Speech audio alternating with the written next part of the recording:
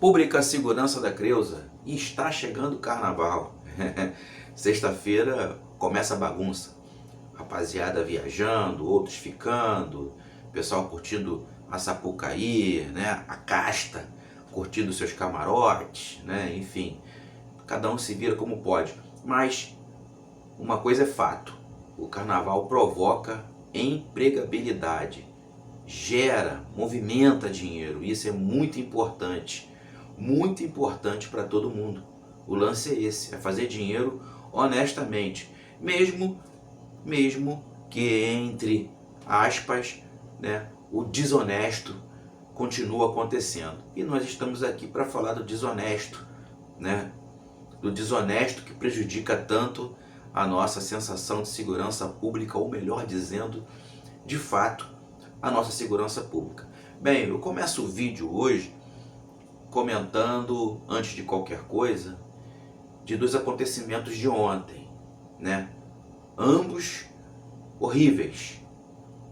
Enfim, primeiro uma abordagem mal sucedida, mal explicada de um policial aposentado da reserva remunerada ou reformado, né, no caso polícia militar, que baleou, né, um menino, né, uma pessoa que foi acusada de ter feito um roubo, mas até agora esse roubo não foi comprovado. E o outro menino que estava conduzindo, né, a moto, que até ontem estava sob custódia, mas até onde sei, até agora, nenhum dos dois, um está hospitalizado em estado grave, já perdeu um rim, o que foi baleado, e o outro já foi liberado. Nenhum dos dois estão mais sob custódia. E o policial aposentado vai ter que explicar direitinho isso. As versões já foram mudadas, a esposa dele fala uma coisa, já mudou, ele falou outra.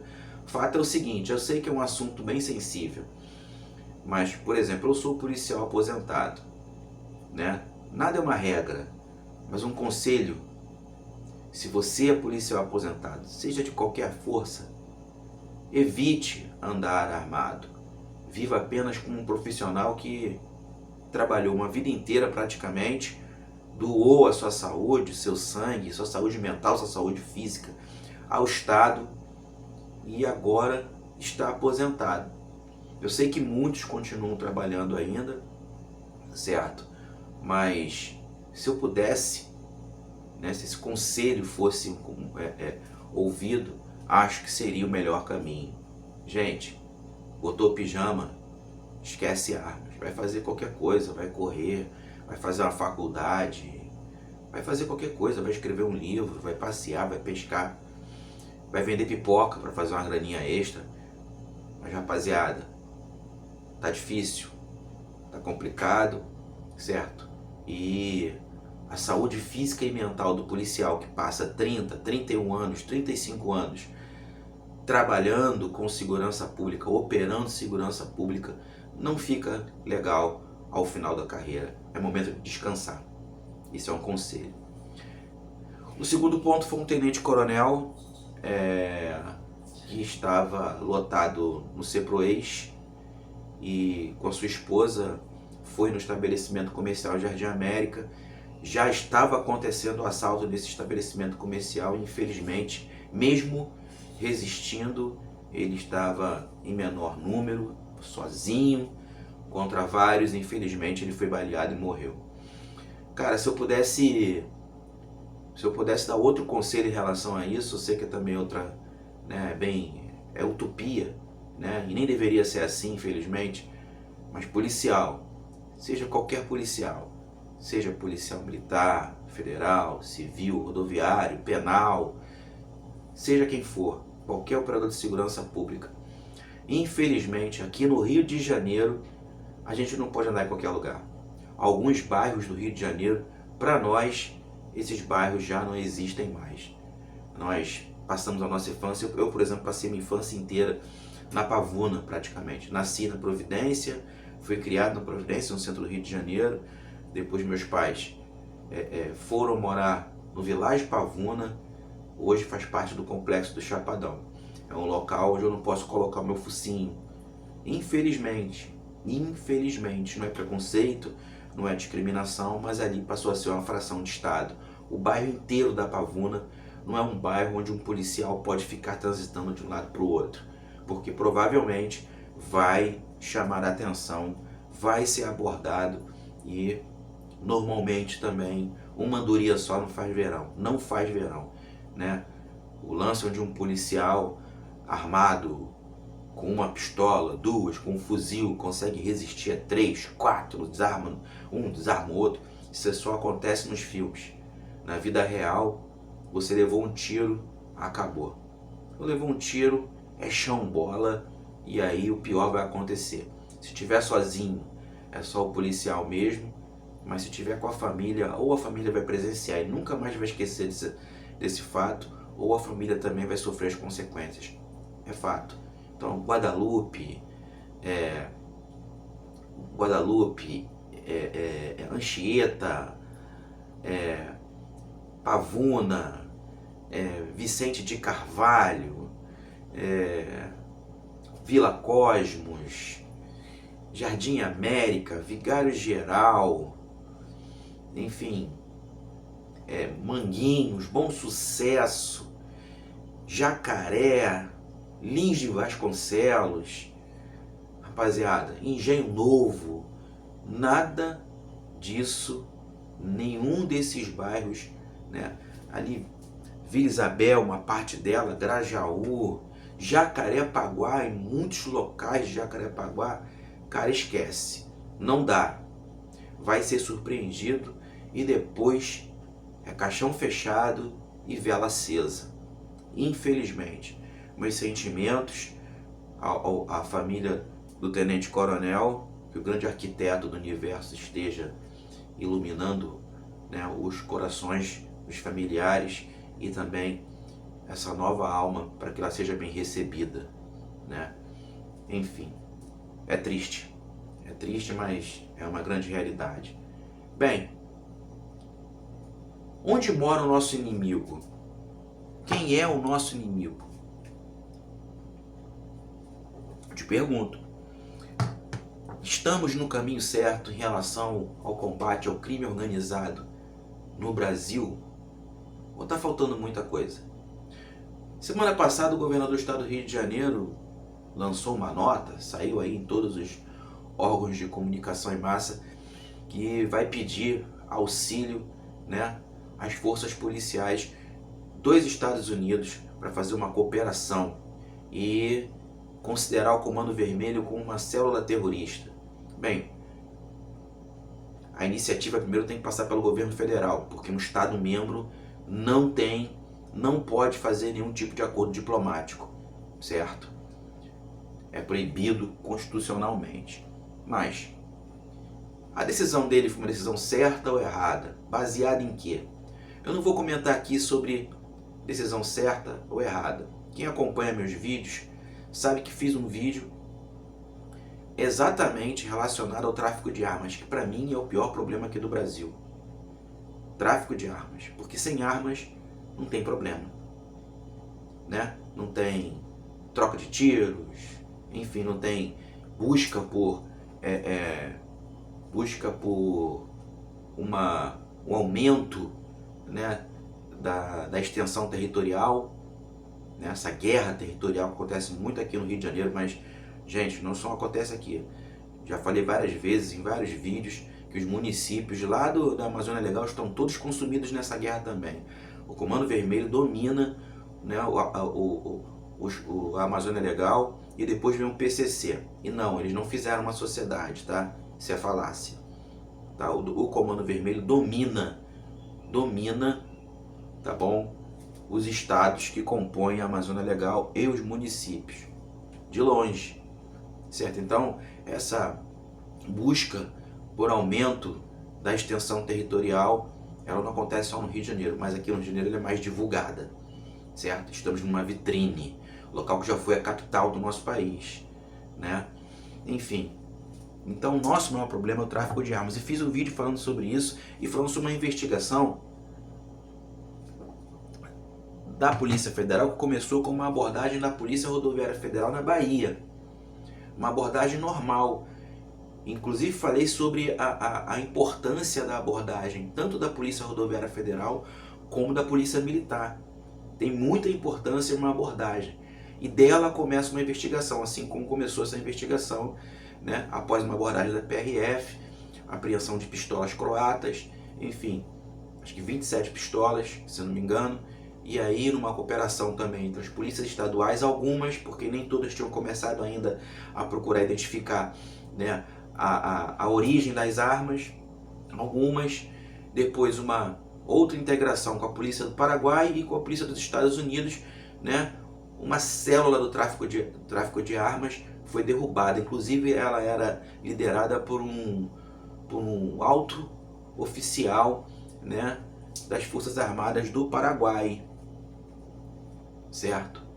E lavava o dinheiro aonde? Nos Estados Unidos e no norte europeu. Enfim. E de onde essas armas estavam saindo? Do sul da Flórida. Mas isso já foi identificado pelas forças policiais nos Estados Unidos. Tá? Aqui no sul da Flórida, do sul da Flórida partem rifles de assalto, ou seja, os fuzis e os carregadores com alta capacidade de municiamento, certo? O que nós aqui no Rio de Janeiro costumamos chamar do carregador que é usado na Glock rajada, aquele carregador alongado. Enfim, eles saem dos Estados Unidos, onde mais da metade acabam aqui no Brasil, mas eles entram pelo Paraguai, em boa parte. Escutei falar, também pelo secretário de Segurança aqui do Rio de Janeiro, que ele desconfia que eles também cheguem por outro caminho, né, via container. Não duvidaria disso, né, mas que é ratificado que a maioria das armas passam por essa rota via Paraguai, isso é claro, né, é nítido. Então o nosso maior problema são as armas. O nosso maior problema não é o tráfico de drogas. Essa semana o decano do STF, Gilmar Mendes, fez um evento, disse que o STF chegou a seguinte conclusão: ninguém tem direito à entorpecência no Brasil. Isso quer dizer o quê? Que descriminalizar não é a mesma coisa que legalizar. Portanto, a abordagem continua sendo feita pelas polícias, a condução à delegacia e a apreensão continua. A única coisa que ele disse foi que o uso e o porte são situações de saúde pública, mas não legalizou. Foi interessante também ter colocado um parâmetro nessa análise do que é ou que não é tráfico, né, com 40 gramas, ainda dizendo o seguinte, que esses 40 gramas não correspondem exatamente ao consumo, porque se no histórico da abordagem houver qualquer tipo de possibilidade de venda, né, vai depender muito do palco dos acontecimentos, vai ser constituído tráfico. Ou seja, nada mudou muito, porque não foi legalizado. São situações diferentes. Aos policiais, muitos policiais, que eu vejo muitos vídeos com fakes para lá, fakes para cá. E isso influencia muito o operador de segurança pública. Na cabeça dele ele achou, agora eu não vou mais abordar, não vou mais conduzir, porque legalizou. Não legalizou nada. Não legalizou absolutamente nada. Descriminalizar não é legalizar. O procedimento continua sendo o mesmo, com a atenção no palco dos acontecimentos, com a atenção na oitiva. Se for achado bloco de anotações, né, balança, isso vai configurar provavelmente tráfico de drogas. Então, policial, parte para cima, vamos com tudo, certo? Enfim, estamos no caminho certo? Eu vou falar para vocês sobre números e dinheiro. Por quê? O nosso problema atualmente é exatamente essa palavrinha aqui, ó, governança. Aumentando essa palavra, governança paralela, esse é o problema. O problema é que a fração de Estado, a favela, a comunidade, ela tem uma governança paralela. E essa governança não é o Estado. O Estado perdeu a mão. O Estado não consegue mais administrar a fração de Estado. E a fração de Estado, com o passar do tempo, evoluiu o seu conceito. O crime evolui, tudo evolui. Tudo evolui. Então, o crime percebeu que o ilícito, ele rende. Mas ele conseguiu fazer do ilícito o lícito, e depois esse lícito voltou a ser ilícito. E como isso aconteceu? Vamos aos números. A partir de 2022, o crime organizado lucrou com negócios lícitos anualmente 146,8 bilhões. Vou repetir. A partir de 2022, o crime organizado lucrou com negócios lícitos 146,8 bilhões de reais anualmente. Lícitos. E quais seriam essas mercadorias onde o crime organizado vem investindo tanto legalmente para que depois se torne legal? O tabaco, bebidas, combustíveis e ouro. Isso aqui já foi identificado. O que ele faz? Do ilícito, ele passa a investir no lícito. Nesse tipo de mercadoria aqui, basicamente. Tabaco, bebidas, combustíveis e ouro. O ouro, quem acompanha meus vídeos, sabe que nós fizemos um rastreamento da exploração ilegal de ouro lá na Amazônia Legal. Principalmente em Roraima, no Pará. O problema está por ali. As pistas de pouso são utilizadas não apenas para o tráfico de drogas, mas principalmente para o ouro, para a ilegalidade do ouro, certo? E quem reduziu muito isso aqui foi o STF. Por que o STF reduziu muito isso aqui? Porque o STF chamou a atenção como o ouro, porque o ouro não tinha nada obrigando a ele, a rastrear de onde ele saiu. Ou seja, ele era explorado, garimpado, certo? Ninguém tinha nada para provar se ele era legal ou ilegal. Transformava ele ilegal e mandava ele embora do país. O STF, não, peraí. Isso tá a moda Bangu. E o STF começou a travar. Ele procurou uma maneira, e vem procurando uma maneira para a agência buscar ferramentas onde o ouro tenha comprovação de onde ele foi explorado, para saber se ele foi explorado legal ou ilegalmente. Até então isso não acontecia, mas ainda assim é pouco, tá? Muita gente reclama do STF, essa iniciativa não deveria ter vindo do STF. Essa iniciativa deveria ter vindo do Congresso Nacional. Mas tem muita gente interessada nessa parada aqui. O crime institucionalizado que apoia o crime organizado. Sempre falo isso. Mas voltando. Então, olha o tamanho desse lucro. 146,8 bilhões. Lícito. Anualmente. E quanto rende o tráfico de cocaína? 15 bilhões anualmente. Porra, não tô de sacanagem. É sério. O investimento do crime organizado no lícito, usando o dinheiro do ilícito, é enorme, gente. Olha o tamanho disso. Ele, com atividades lícitas até então, inicialmente, em princípio, ele lucra 146,8 bilhões. Do ilícito, do tráfico de cocaína, 15 bilhões anualmente. Olha o tamanho dessas cifras. Então, esse é o nosso problema. E como o lícito se torna ilícito? Como o lícito se torna ilícito? Olha aqui, sonegação de impostos, corrupção e lavagem de dinheiro. Follow the money. Agora não é só seguir o dinheiro, não. Siga a mercadoria. siga o produto de alto valor.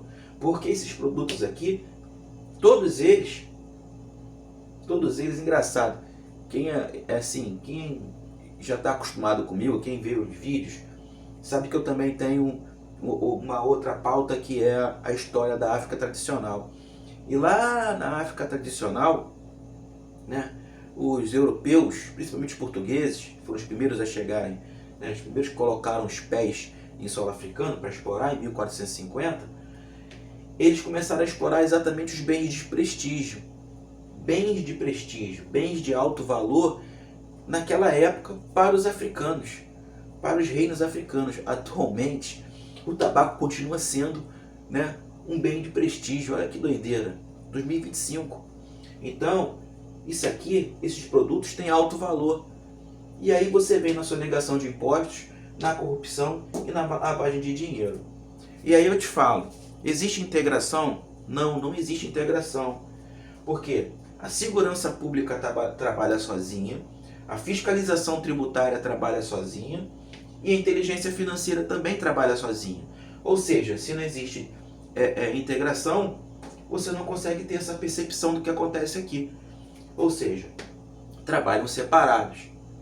Bem, nós temos ferramentas que melhoraram muito isso? Temos, mas ainda assim não foi necessário. Por exemplo, a Lei 12.850/2013, Lei 12.850/2013, a Lei das Organizações Criminosas, ela veio para criar ferramentas para isso. Ferramentas na investigação, na persecução penal. Ela foi muito válida, mas ainda é pouco. Tá? Nós tivemos também o SICOB, Sistema de Controle de Produção de Bebidas, que aumentou a arrecadação em 40%. A arrecadação tributária aumentou em 40%, porque ele rastreava, né? Rastreava esse mercado, o mercado das bebidas. Ele deu certo. SICOB, Sistema de Controle de Produção de Bebidas.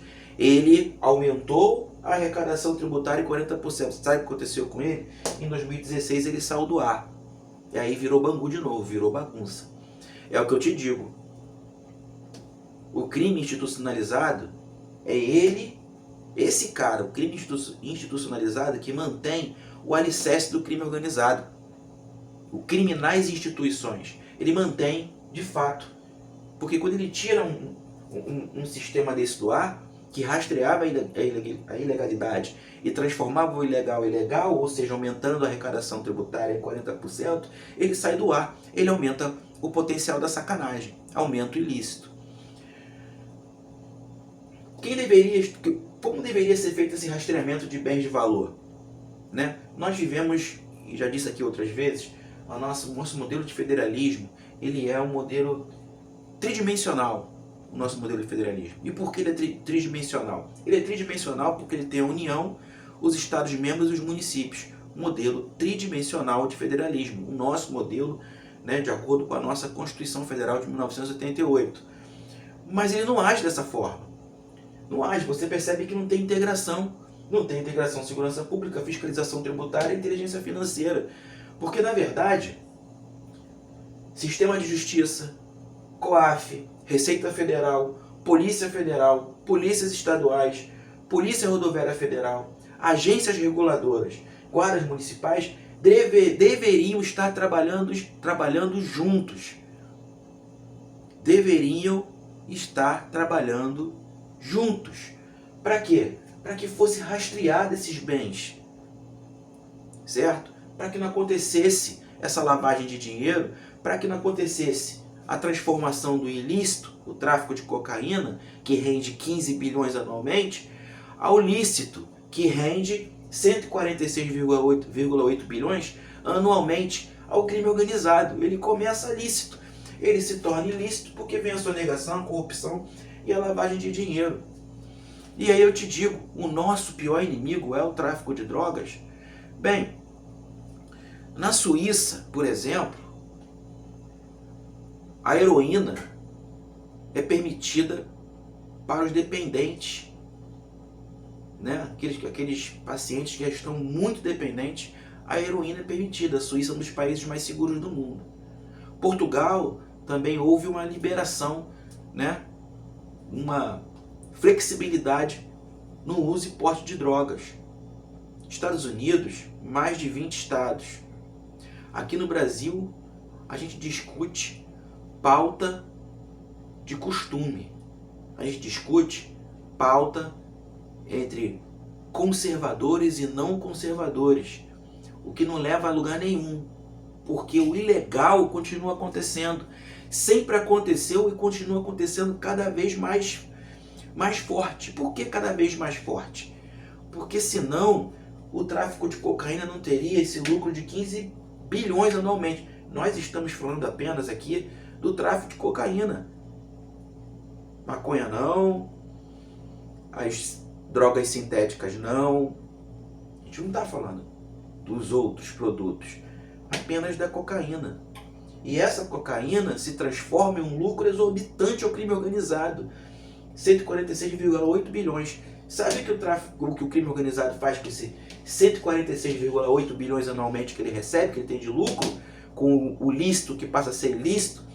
Ele bota boa parte desse dinheiro em armas. É a arma que te mata.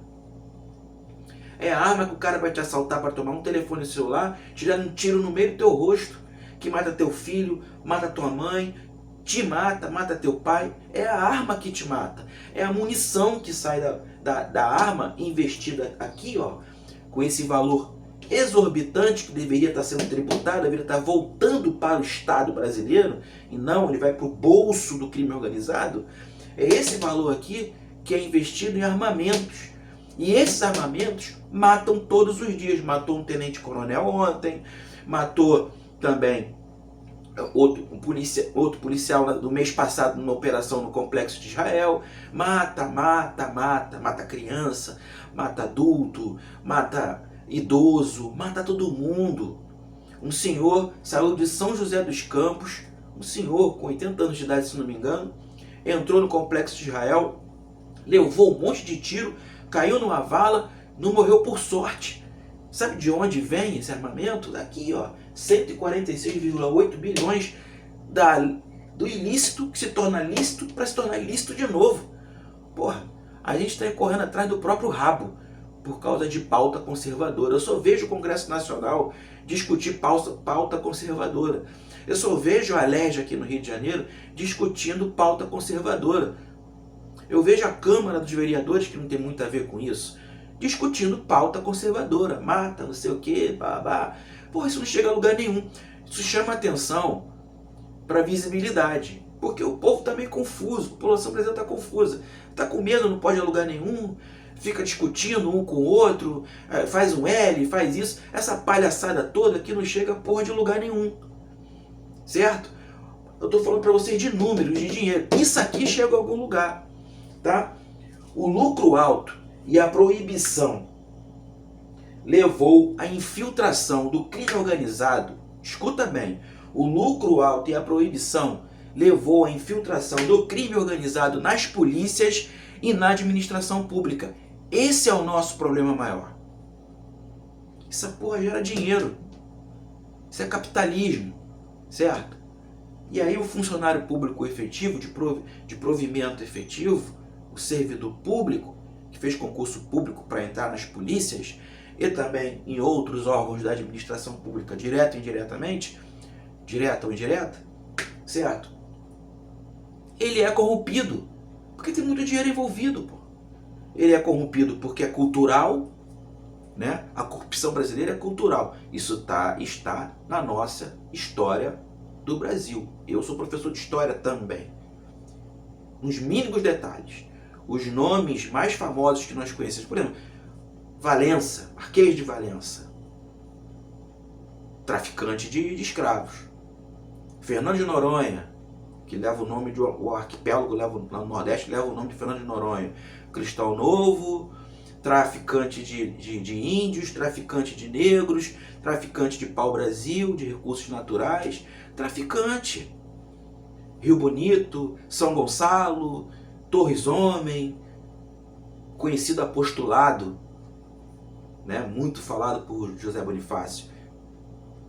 Está na nossa história, então culturalmente a corrupção faz parte da nossa circulação sanguínea, infelizmente. Aí você tem um lucro desse tamanho aqui, ó, de quase 150 bilhões por ano do crime organizado, ele não vai corromper o agente público, ele não vai corromper o policial, ele não vai corromper o funcionário público, seja de qualquer órgão da administração pública? Ele vai. Ele vai. Executivo, legislativo, judiciário, irmão, ele vai. Gera muito dinheiro. Então, a gente precisa observar a nossa tributação, a nossa inteligência tributária, certo?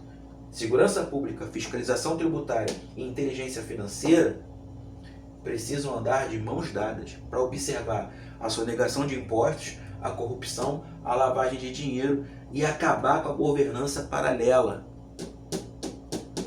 O crime organizado trabalha por dinheiro.